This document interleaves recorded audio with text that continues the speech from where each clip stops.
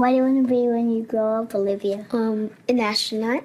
I want to be a fashion designer. A basketball player. I want to be an actor. A doctor. A teacher. A chef. An artist. What do you want to be when you grow up? A mermaid.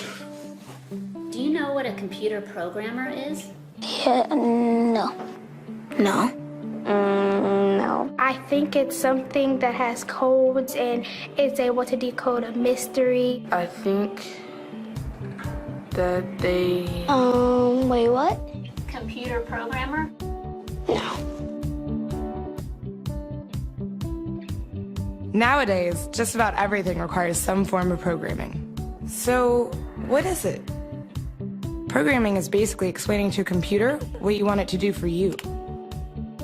When you're programming, you're teaching possibly the stupidest thing in the entire universe, a computer, how to do something. Programming is one of the only things in the world that you can do where you can sit down and just make something completely new from scratch, you know, whatever you want. It's really not unlike kind of playing an instrument or something, or playing a sport.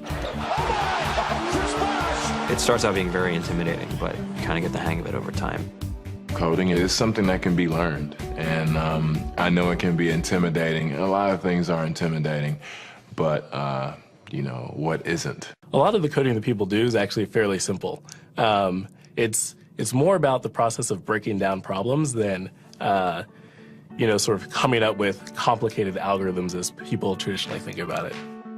Well, if it's fairly simple, why aren't there more of us doing it? Over the next 10 years, there will be 1.4 million jobs in computer science, and only about 400,000 grads qualified for those jobs. That's a shortage of 1 million people. So, how do you start?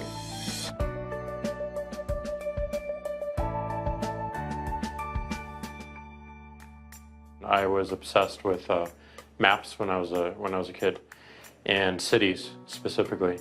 So I taught myself how to program.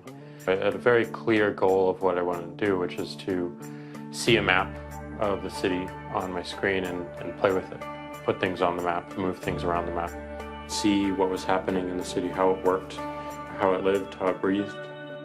The best early thing was actually using software to decide when the classes in my school would meet, and that put me in a position to decide which girls were in my class. The first program I wrote asked things like, what's your favorite color? Or how old are you? I first learned how to make a green circle and a red square appear on the screen. The first time I actually had something come up and say, hello world, and I made a computer do that. It was just astonishing. When I finally learned a little bit of programming, that blank wall resolved into a bunch of doors, and you open them, and finally you start to open enough doors that the light comes in. And to me, a finished program is like a structure filled with light. All the corners are illuminated. You understand the structure of it. It's a really serene feeling to have completed that.